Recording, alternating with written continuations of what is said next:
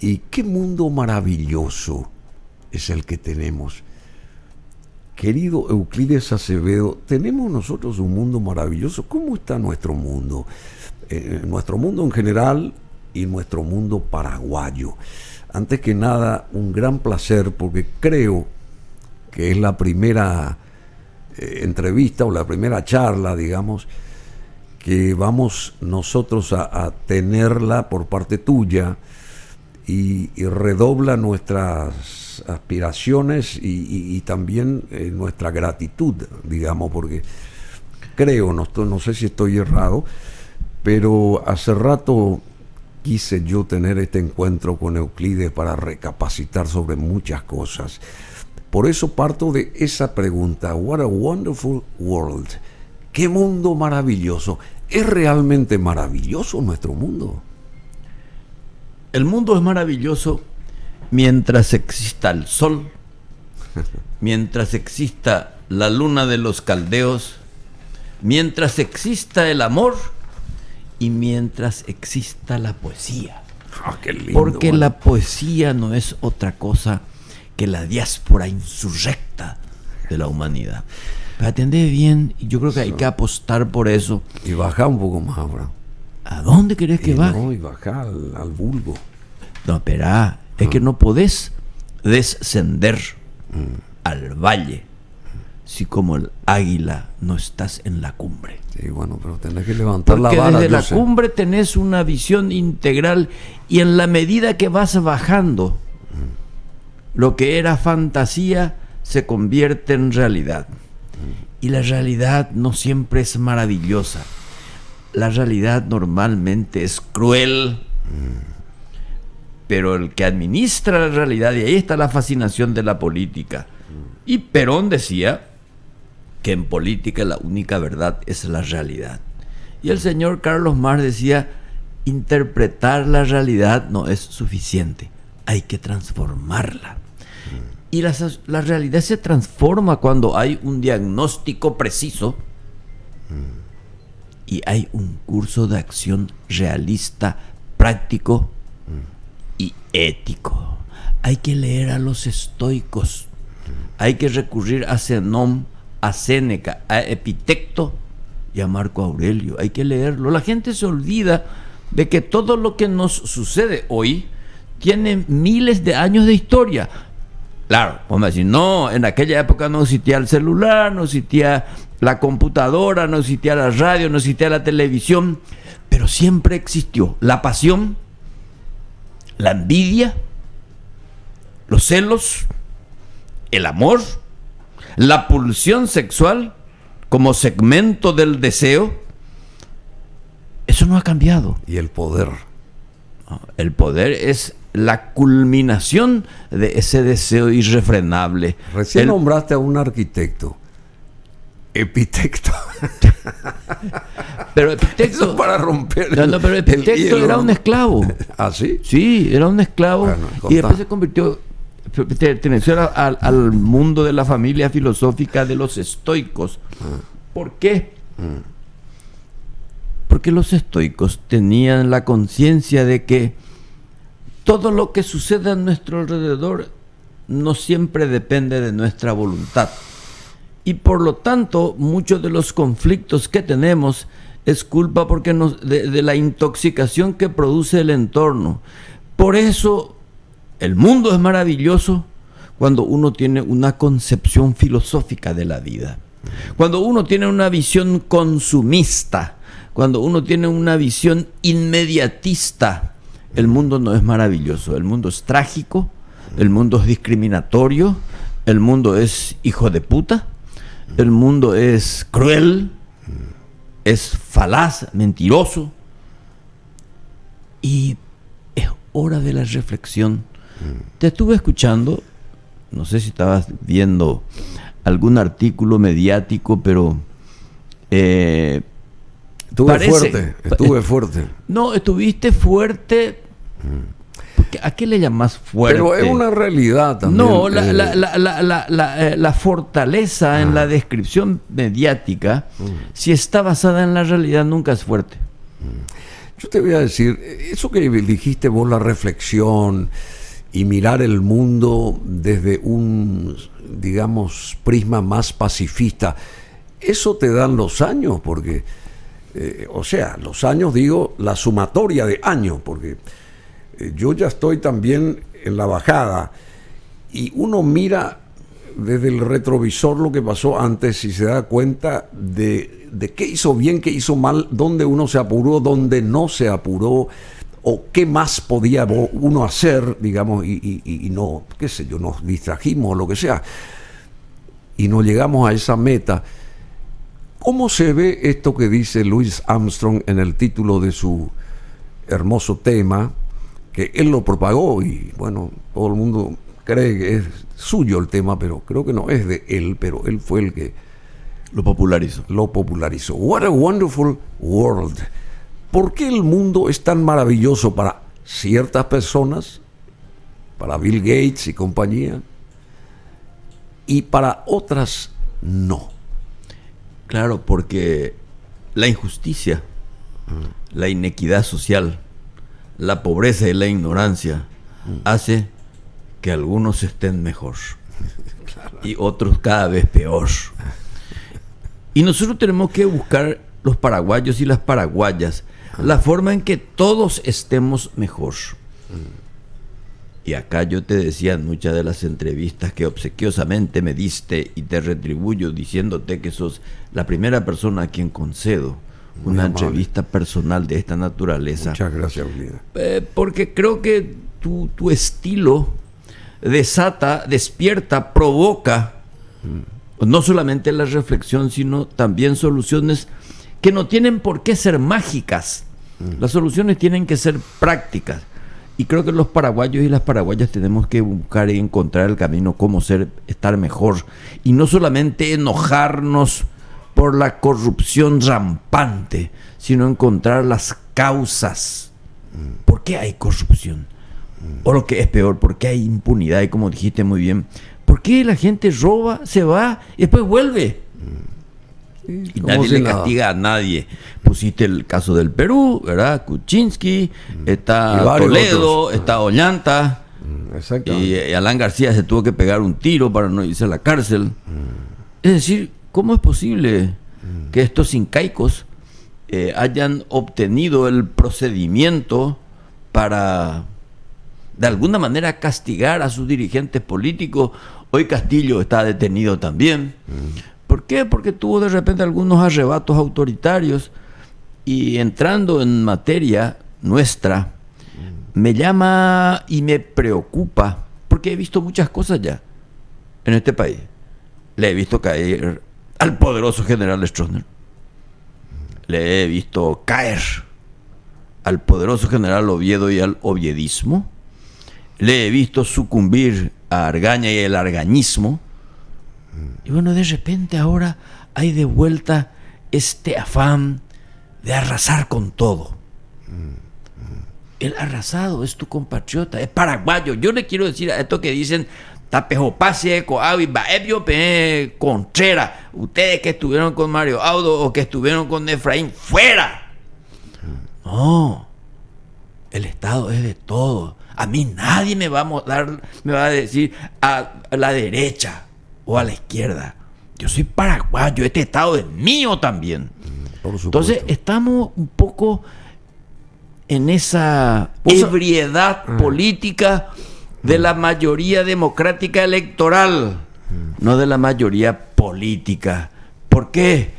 ¿Por qué es la única mayoría en el Paraguay? La pobreza. Y justa. Y por eso yo te dije, la sumatoria de años hace que uno reflexione más maduramente o que siga la misma historia y que los años no nos retroalimenten, no nos alimenten para mejor, porque yo creo que el pasar de los años depende de donde uno esté, mira lo que pasó o los pasos dados con otro prisma. Los años te otorgan tolerancia, pero la visión del mundo es la misma. Y eso depende mucho de la lectura o de los asesores. Alejandro Magno, ¿quién era su maestro? Sí, Aristóteles. Aristóteles. ¿Verdad? No era ninguna llora galleta su asesor. Aristóteles. Y teniendo 21 años tuvo el imperio más grande del mundo. Y tenía reflexiones filosóficas fuera de las militares, que eran su especialidad, que no tenían nada que ver con sus años. Vale decir entonces, o sea, que los años te permiten tolerancia, pero no siempre una visión realista. Conozco no siempre maduración, entonces. Muchos veteranos que no han madurado, claro. O muchos veteranos que siguen viendo de una manera infantil la realidad, porque la realidad es completamente diferente en una persona que ha vivido las pasiones coyunturales de la vida política. A mí me hace mucha gracia de repente que muchos de tus colegas muy rampantemente opinan, y digo yo, puta, ¿cómo quisiera que se metieran en la política? En la política en que la gente sin ton ni son avasalla tu dignidad, tu honor, tu familia, te tocan la oreja y el culo, y vos tenés que sonreír y callarte, y de repente vos querés pontificar detrás del micrófono. Una manera también de hacer política, pero la política cotidiana, por eso yo estoy observando a muchos políticos colorados que están enojados diciendo, a la puta, yo me rompí el traste detrás del Partido Colorado y de repente vienen unos tecnócratas a ocupar el sitio que a mí me hubiera pertenecido. Sí. Y ahí la pregunta, pero compañero, ¿no te preparaste, Ningo? Entonces el político, el militante también tiene que tener el pensamiento ordenado por la vía de la lectura, la ciencia, la preparación o el taller académico. Quiere decir que eso también es una lección para de ahora en más tenerla en cuenta. Yo tengo muchos amigos. ¿No te parece? Yo tengo muchos amigos y alumnos. En líneas genéricas. Por eso yo le digo a aquellos políticos que creen que es juntar votos nomás y listo. No te lleva te lleva al triunfo electoral, claro, pero no al éxito político de la gestión. Por eso yo le digo a mis alumnos, que son jóvenes, hagan política, pero prepárense, estudien, lean, sobre todo conozcan la historia del Paraguay. Mucha gente no conoce la historia del Paraguay. Muy poca gente sabe que tu pariente cercano, José Patricio Guyari, al tercer día de él no tuvo luna de miel con el poder, al tercer día ya su primo Modesto Guyari empezó a conspirar en su contra a través de unos coroneles y unos generales de su época. O sea, la gente ignora la política. Y entraba, dice que en el Senado, Modesto, y raspaban así los pies, los contrarios, ¿verdad? Se movían los pies y siempre hay areniscas, hay arena sí, en medio de la baldosa o de las baldosas, y llegaba hasta el proscenio y giraba y decía, ¡salud, caballos! Sí. Así dijo. Claro, no, pero de la ¡salud, gente, caballos! Fue presidente del Congreso. Se mofaba de los mediocres y de los prepotentes. Nuestra enemiga es la mediocridad, Bruno. Y por eso a veces la gente en las entrevistas políticas nos quedamos con los episodios, que son cuyo fulano dijo tal cosa de vos, no fulana, con la visión, tal cosa, no con la visión genérica. Y se está perdiendo. O sea, de repente. ¿Y la mediocridad cuál es su característica? Porque José Ingeniero, un tipo que ya debería haber desaparecido, cada vez está más de moda. Decime, desde aquel 30 de abril te diste a silencio prácticamente y ¿qué pasó con Euclides? O mejor dicho, ¿qué te alimentó política, paraguayamente, económicamente, nuestra ciudadanía en general? ¿Te alimentaron para mejor a vos y ahora estás acá sentado ante un micrófono y cámara? ¿Cómo estás más positivo o menos positivo? No, 100% positivo, a tal punto que yo cuando me encuentro con la gente le digo, ¿para qué carajo te sacas la foto conmigo si la campaña electoral ya terminó? La gente sigue queriendo sacándose foto conmigo y me siento una especie de Adolfo Suárez. La gente me quiere pero no me vota. Entonces hay algo que está fallando. Pero a mí me enriqueció mucho porque veo cómo que fue el doctor eso. ¿Cómo fue ese momento? O sea, ¿cómo fueron esos meses que trabajaron mucho ustedes, verdad? Y fueron muy apoyados al parecer, pero después... Claro, hay muchas cosas y yo creo que no hay que apresurarse. Y si yo me guardé a un prudente silencio, es justamente para evitar que un arrebato verbal me reste capacidad de diagnóstico. Yo soy un militante, yo soy un guerrero de Estado Mayor, pero trato de optar por la reflexión y la tolerancia, pero cuando me tocan la oreja me convierto en un leopardo también, porque al final de cuentas yo también conozco los antecedentes de mucha gente. Yo soy testigo incómodo del pasado de muchos pletóricos dirigentes hoy día. No te hagas del loco, porque te vas a resbalar y te vas a caer con la misma velocidad con que te fuiste. Y abajo no te van a esperar nadie porque abandonaste a tus amigos. Entonces yo creo que no hay que apresurarse. Abandonaste a tus amigos. No hay que apresurarse en decir esto va a ser la catástrofe. Siempre hay que darle oportunidad al jugador, independientemente de tus antecedentes, porque a la hora de la verdad conviene también el cambio. Yo ahora estoy leyendo mucho sobre la historia criminal de la República. Justamente estaba pensando qué bueno hubiera sido que vos estés al frente de una suerte de seguridad, o sea, comandando la supuesta seguridad que nos merecemos nosotros los paraguayos, en el Ministerio de Defensa o en el interior. Pero ahí también estuviste en el interior, ya estuviste. No, yo estuve en el Ministerio del Interior. Creo ser uno de los pocos curiosos, porque especialistas no hay.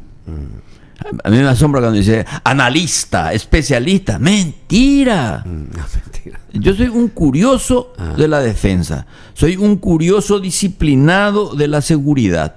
¿Por qué? Porque me interesa el Estado como todo político, y el Estado se sustenta en la seguridad. Y si te recordaba un poquito, nuestra plataforma política se sustentó básicamente en la seguridad. Ahora todo el mundo arma un quilombo por los feminicidios, por los asaltos. Nosotros ya sabíamos, eso, tenemos toda la fórmula para hacerlo. Pero en este país nadie le convoca al que sabe. Justamente, ¿a vos nadie te llamó de este nuevo gobierno? En absoluto, nadie. ¿Nadie? ¿Cómo puede ser eso? No tienen por qué hacerlo, finalmente, ¿verdad? Lo que me asombra es que si están en la tesis de coloradizar el gobierno en los tres poderes, ¿por qué no eligen a los colorados más competentes? Que los hay. Finalmente, el Estado, si bien es cierto, de los paraguayos hay una costumbre democrática, electoral, que el que gana se lleva todo, como la perinola. Lleva todo, come todo, ¿verdad? Acá nomás la gente come muchas cosas sin omeprazol, entonces después tienen una especie de esofagitis severa en materia política, porque lo mitad. Decime, esto de el gobierno de Santiago Peña, el quinquenio que se inició el 15 de agosto, ¿cuál es tu mirada real y auténtica? Desde columna del medio, ponete en la columna del medio, sin aflorar heridas ni nada por el estilo que te deja la política también, ¿verdad? Porque están sus más y sus menos, sus ups and downs, como yo digo siempre, porque sería tan aburrida la vida si fuera color de rosa o qué sé yo, una alfombra roja solamente a través de la cual uno deslizarse. Hay momentos y momentos. ¿Cómo ves lo que va a llegar a partir de ahora? En primer lugar, nunca hay tiempo para lamerse las heridas. Sí. Hay que darle tiempo a eso. No, como Mitterrand, al perder una batalla, inmediatamente prepararse para la otra, y las cicatrices que sean signos de dignidad y de prestigio, y no de frustración y amargura. Primero. Segundo, siempre hay que darle por oportunidad al ganador. Y yo creo que el presidente Peña, que tiene muy claras las reformas que tenga que hacer, ahí va a tener su principal problema. ¿Por qué? Porque al hacer la reforma, y que lo está haciendo ahora con el Ministerio de Economía, y al unirse la SET con la aduana, va a dañar a una clientela política acostumbrada al otro estilo. Entonces va a tener un problema interno, porque la ventaja que tiene Peña es que tiene una oposición desértica. Desértica. Pero los cambios siempre son, hacen mal a algunos y bueno, dan esperanzas a otros también los cambios. Sí, por eso es que las mayorías son transitorias. A mucha gente dice, esto van a venir a llevarse con todo. No, yo he visto este tipo de mayorías también que después se convirtieron en humillantes minorías, ¿verdad? Y como decía Arturo Bray, los aplausos de hoy pueden ser los responsos del mañana. Qué bueno. Entonces, Qué bueno. hay que ver con cierta ecuanimidad y hay que darle la oportunidad a gestionar. El derecho a la duda debe estar siempre vigente, porque como decía Norberto Bobbio, la certeza de la duda, y no hacía otra cosa que repetir a Ignacio de Loyola, Nada más. en la certeza de la duda está la búsqueda cierta de la verdad. Entonces hay que darle oportunidad, no hay que apresurarse. Si bien es cierto, ahora todo el mundo hace pronósticos y hay algunos hechos que sí llaman la atención. ¿Cómo cuáles? Por ejemplo, esta barrida en las relaciones internacionales de echar a todo aquello que fue nombrado por Mario Abdo. Esa es una vendetta primitiva. Si querés sacarle a alguien y ubicarle a otro, recurrí al método científico. ¿Cuáles? El examen de oposición. Bueno, señores, vamos a ver si son capaces de continuar ahí donde están. Vamos a rendir. A ver si son capaces. Entonces, el idóneo, el competente, se va a quedar ahí y no por su padrino. Va a elevar la vara. Ahora le echaron a todo el mundo. Y hay algunos que se salvaron. ¿Por qué? Porque tienen sus respectivos padrinos. Entonces, eso produce una irritación. Produce mucha bronca, mucho resentimiento. Y vos sabés bien que el odio y el resentimiento une más que el amor, porque subleva y puede tener consecuencias imprevisibles, sobre todo una crispación innecesaria. Qué sé yo, acabo de recibir, me asombra, ¿verdad? Que en el Ministerio de Salud, bueno, vos vas a desaparecer de acá, vos no trabajaste para el partido, vos trabajaste para Euclides Acevedo, ¡fuera! ¿Así le dijeron? Sí, señor. ¿A alguien? Sí, y orden de la ministra. Yo no quiero creer que la doctora Barán cometa ese tipo de despropósito, porque finalmente ella fue también funcionaria del presidente Abdo y durante la pandemia tuvo muy buena gestión. No creo que de repente le salga ahora la prepotencia de un poder que es temporal. Yo le he visto a muchos que se creían los dioses del Olimpo y terminaron siendo pollitos de un gallinero lleno de estiércol.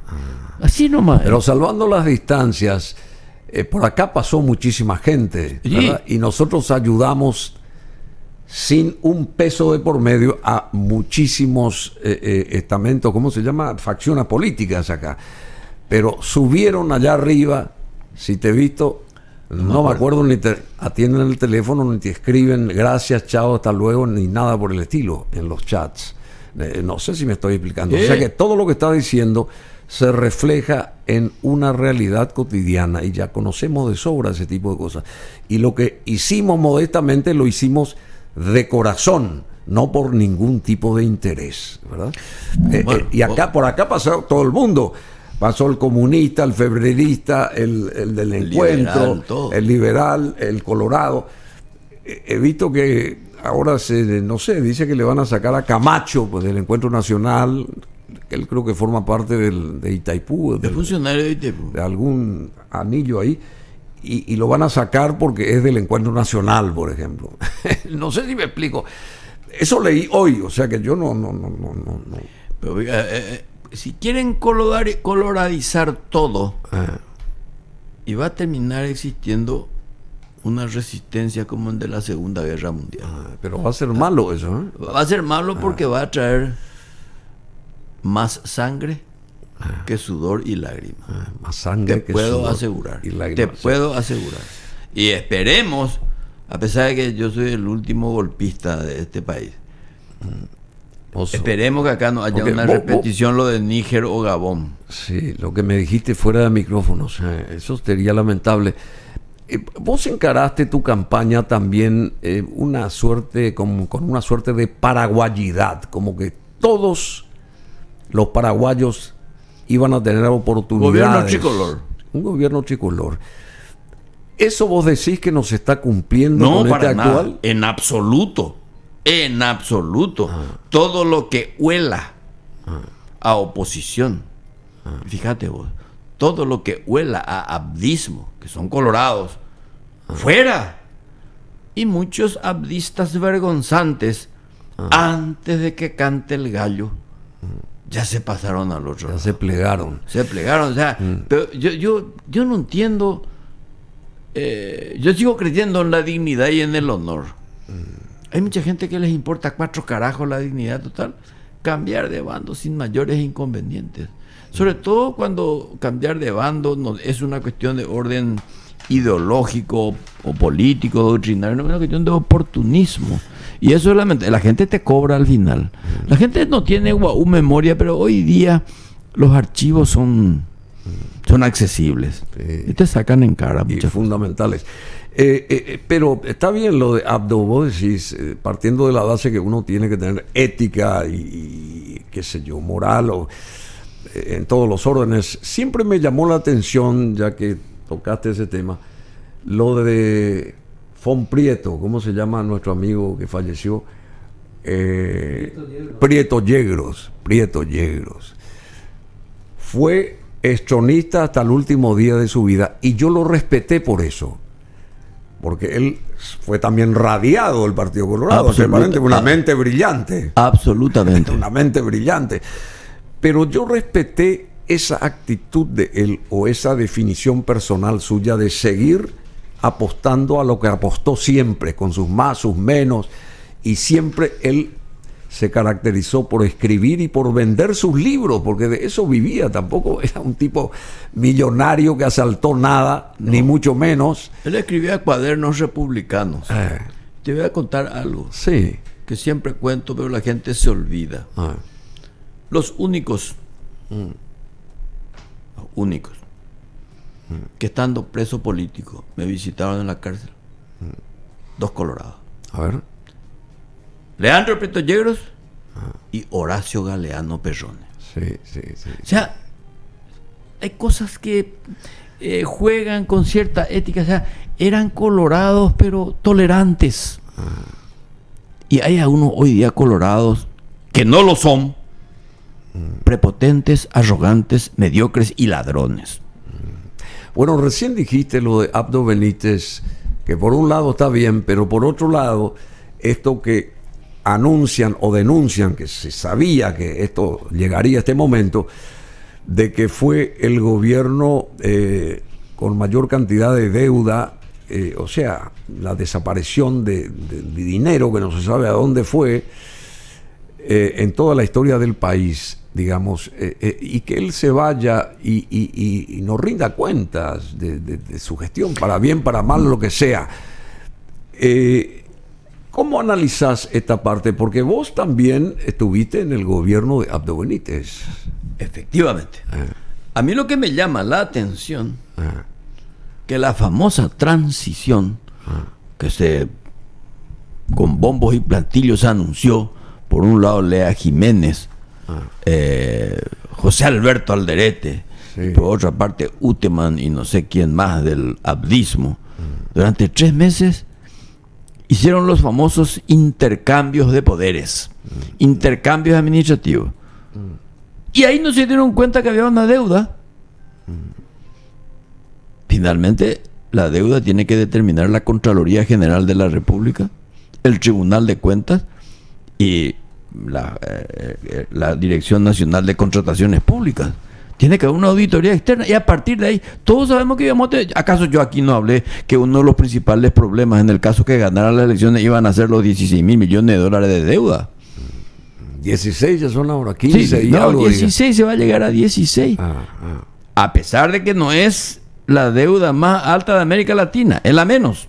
Así la menos. Claro, acá lo que tenemos que hacer es ¿cómo se rinde cuenta? ¿Quién se encarga de los estados contables? Porque el presidente Abdo puede hacer una rendición de cuentas a su traje y medida. Entonces lo que tenemos que encontrar es la institución responsable. Y si hace falta, pues y bueno, ya se abra una carpeta fiscal. Pero en esa carpeta fiscal muchos de los actuales van a estar muy comprometidos. ¿O vos crees que esto es diferente? Todos los que vinieron son diferentes a los anteriores. No, te pregunto Muchos de los yo. actuales supercartistas, más cartistas que Sol y Sofía, no salían del Sol y Sofía está ahí. no salían del palacio detrás de Abdo. No es nada nuevo. Y claro, sí, yo formé parte del gobierno, pero ¿qué hice yo? O la gente se olvida que yo estuve en plena pandemia, no me permitió hacer ninguna política criminal. Tuve que dedicarme a decir pitán de droga, a hacer cumplir el protocolo sanitario. Y cuando fui canciller no me fui a ningún lado, tuve que buscar vacunas. Recién ahora me encantaría ser ministro del Interior o de Relaciones Exteriores, porque tendría la oportunidad que me da el tiempo, que me da el escenario objetivo para poder aplicar una política criminal que la conozco muy bien, o la política exterior que también la domino, con toda modestia, porque conozco a la gente que me van a ayudar. No es que yo sea talentoso, conozco a los talentos de los que me voy a rodear. No, o sea, bueno, mira que yo te critiqué cuando fuiste, porque se cerraron las fronteras en la cuestión de la pandemia, ese tipo de cosas, y buscando también vos lo de las vacunas por un lado y por otro lado, que se abra alguna puerta para que se envíen nuestros productos a la Argentina, ese tipo de cosas.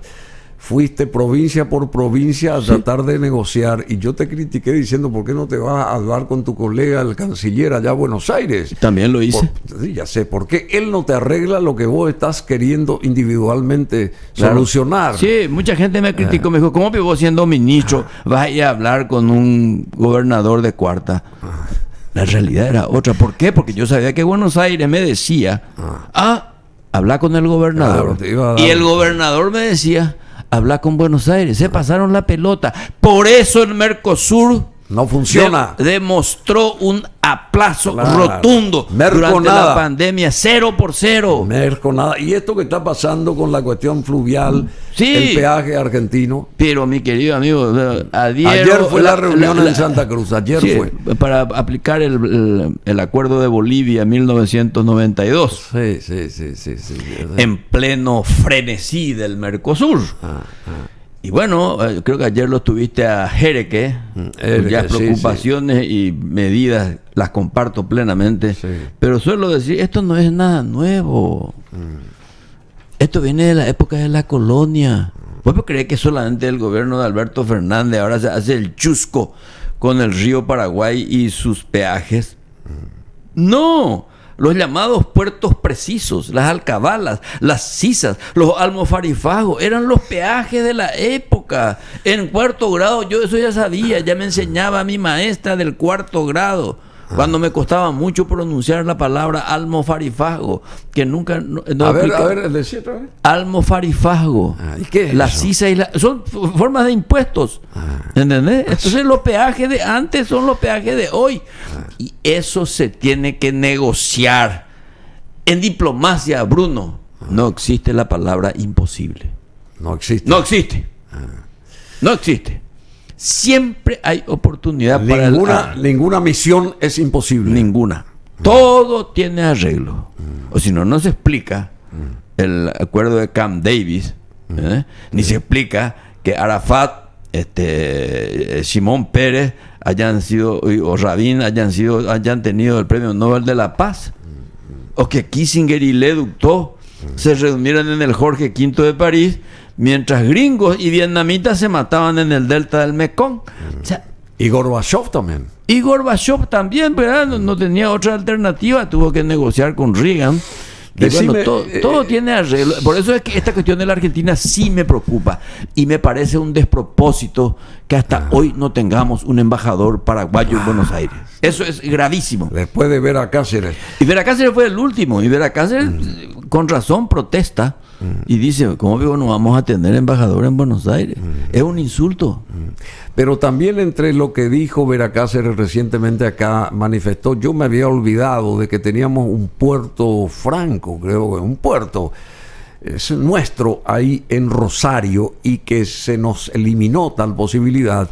Entonces yo en esta cuestión de cambios de pareceres, yo le dije, ¿y por qué entonces, para solucionar este conflicto, si fueras embajador o el siguiente embajador no se toma el trabajo de volver a instalar el puerto paraguayo ahí en Rosario? Y ahí se va a solucionar esta cuestión del peaje, porque todo el mundo va a ir hasta ese puerto y de ahí al sur de vuelta. No sé si me explico. Claro, pero para eso necesita un negociador político, claro, un embajador político en Buenos Aires. No le podés mandar a un acartonado que se mueva por manuales. Ahí necesitas mucha cintura, no cintura de madera, como tienen muchos llamados de carrera, a quienes los conocí de cerca. Simplemente se mueven por afanes y por celotipias increíbles. Para que no se les arrugue el traje. Por ejemplo, ¿verdad? Por ejemplo.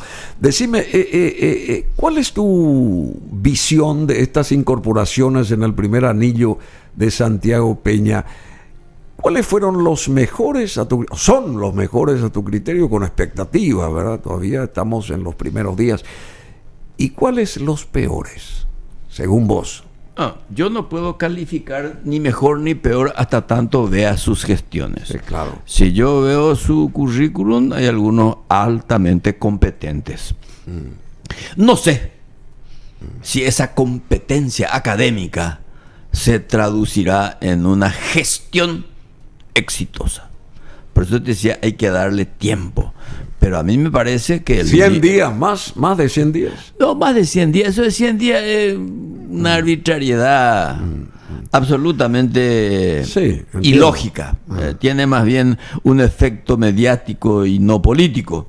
Pero yo creo que, por ejemplo, el ministro de Economía reúne todas las condiciones para poder ejercer exitosamente la gestión. No sé si va a aguantar la presión política de sus correligionarios. ¿Así por qué? Y porque los correligionarios le van a empezar a decir, esto no se hace así, ministro. Esto tiene que hacerse de esta manera. Y él va a tener que o mantenerse en su manual del Fondo Monetario Internacional o del Banco Mundial, o va a tener que adecuarse a los apetitos estacionales de los correligionarios dirigentes de base. No va a ser fácil. Los gobernadores le van a apretar, los intendentes también, los parlamentarios ni te cuento, y los funcionarios públicos también. Yo creo que la jefa de gabinete reúne todas las condiciones para brillar. No sé si va a tener la cintura y la experiencia política de administrar temperamentos y angurrias que van a llegar al palacio. La señora Lea Jiménez tiene el entrenamiento de una funcionaria internacional, tiene la influencia de su marido checo, que tiene un pensamiento más oriental que occidental. Oriental no me estoy refiriendo yo a los chinos, a los japoneses, sino a la Europa oriental, culta y ordenada. Yo no le conozco al presidente del Banco Central. Pero le conozco. Yo lo conocí acá y me cayó muy bien. Y me imagino, son tipos oficializado ayer justamente por el Congreso. Y bueno, y los directores de los entes binacionales. Y bueno, mucha gente dice que no sabe lo que es una turbina. Pues si son cargos políticos, no tiene por qué saber de ingeniería. Lo que tiene que saber es gestionar talentos y cuidar el tesoro de la abuela, que están en Yacyretá y Itaipú. Y ese tesoro de la abuela, lo importante es que no lo reparta con los amigos y el vecino, sino que lo reparta con todo el barrio, que somos todos nosotros. Que somos todos nosotros. Bueno, fuiste canciller y exitoso, creo yo también. Estuviste en todos los puestos más importantes, te faltó el sillón de López. ¿O te falta? De defensa. ¿El de defensa? No. No fui, nunca. ¿No fuiste? Claro, ministro de defensa. No, me hubiera encantado. Claro, sería fabuloso. Porque algo sé. Decime, esto que pasó ahora con el arribo de Massa y la propagación antes de tiempo de un resultado que al final no fue, y ahí se estrenaba la Cancillería o el canciller nuevo. ¿Cuál es tu visión de lo que pasó realmente? Así en pocas palabras. Y aquí falló el servicio de inteligencia, que no hay. ¿Ah, sí? Claro. El servicio de inteligencia está para evitar que los protagonistas no cometan errores. Y el servicio de inteligencia se basa solamente en lo que se sabe de antemano se puede evitar. El servicio de inteligencia, si existiere, existe en las formas, mas no en el presupuesto y tampoco en la capacidad analítica, le hubiera advertido al presidente: el que viene es un candidato y tenés que saber para qué vino. Viene a llevar agua a su molino. Viene a llevar agua a su molino y a lo mejor vino a buscar plata. Ya tendré por aquí, Bruno. O tratar de contentar a los 2 millones de paraguayos allá en Buenos Aires. Hay un candidato que busca. La matanza, por ejemplo. Que busca un candidato. Y bueno, y gente. Sobre gente, todo es respaldo y apoyo económico. Respaldo y ¿Qué apoyo. hacía nuestro amigo Teruco? Qué capo. Teruco era un capo, sabía perfectamente para qué venía alguien. Y el que hablaba con él se iba siempre contento. Y uno se va contento no por el abrazo, si uno se va contento por el ruido que hace el bolsillo. Claro, por No una nos exitosa engañemos. negociación. Así mismo. Entonces después la negociación cae por sí sola. El resultado cae por sí sola. Entonces la política exterior depende de la política interior. Y la política interior se basa en informaciones previas. Es muy difícil que un nuncio cometa un error, porque el nuncio está informado siempre previamente y es prudente, y la prudencia te da la información previa. Doy coila en el servicio de información, entonces te hace meter la pata sin querer, ¿verdad? Y te da el lujo de que un funcionario como el ministro de Transporte de la Argentina se dirija al presidente de la República. Entonces hay que decirle: che, muñeco, dirigite a tu par, ¿cómo se llama la arquitecta bonita esta que está como ministra de Obras Públicas? Centurión. Claudia Centurión. Dirigite a ella o al viceministro de Transporte. Pero con el presidente de la República, abstenerte. Y segundo, yo soy canciller y me dice a mí: ¿sabes que vos te estás entrenando recién en asuntos de Estado? Pero ¿por qué no te vas a la concha de tu hermana? O sea, yo creo que nosotros necesitamos, perdón por el exabrupto, yo fui canciller, pero un periodista me dijo: nunca vas a ser canciller. ¿Y por qué? Y porque sos grosero. Bueno, Gromyko también era grosero. Gromyko hablaba solamente ruso y fue años embajador de la Unión Soviética en las Naciones Unidas. Donde el señor Khrushchev se sacó el zapato y con media maloliente golpeó. O sea, en diplomacia la finura no siempre se compadece del éxito. A veces el exabrupto tiene también algunas que otras ventajas. Decime, antes de pasar a la cuestión de la Argentina, pues me gustaría saber tu visión de Milei, que muchos creen que va a ser el siguiente presidente. Muchos, no digo todos, ni estoy poniendo nada sobre la mesa respecto a las apetencias, y menos las mías. Esta dualidad que de un Santiago Peña, presidente de la República, y de un Horacio Cartes, presidente de la ANR, ¿cómo va a ser? Y ese es un problema neurálgico que debe ser resuelto por la vía del diálogo y el acuerdo político. ¿Qué quiere decir eso? Así como en diplomacia la palabra imposible no existe, el acuerdo entre políticos tampoco debe ser imposible. Siempre hay posibilidad de acuerdo. ¿Te acordás de Perón Cámpora? Sí, claro. Muy bien. Ahí se solucionó de una manera un poco violenta cuando Perón ordena que el señor Cámpora renuncie. Después viene la fórmula Perón-Perón, que gana las elecciones por absoluta mayoría, y el señor Cámpora pues tiene que marcharse a México. En este caso particular, yo creo que nosotros tenemos que buscar que el presidente de la República se encargue de administrar el Estado y el presidente Cartes recuperar la gestión gubernativa de la Junta. ¿Por qué recuperar? Y porque hasta hoy no la tiene. El Partido Colorado hace rato no se mete en nada. Durante 7 años se decretó reposo absoluto. Por A o por B motivo. No vengo a cuestionar nada, pero yo como observador y como partidócrata, yo quiero que el Partido Colorado recupere el coloradismo perdido. Así. Y te cuento esta última anécdota y me marcho.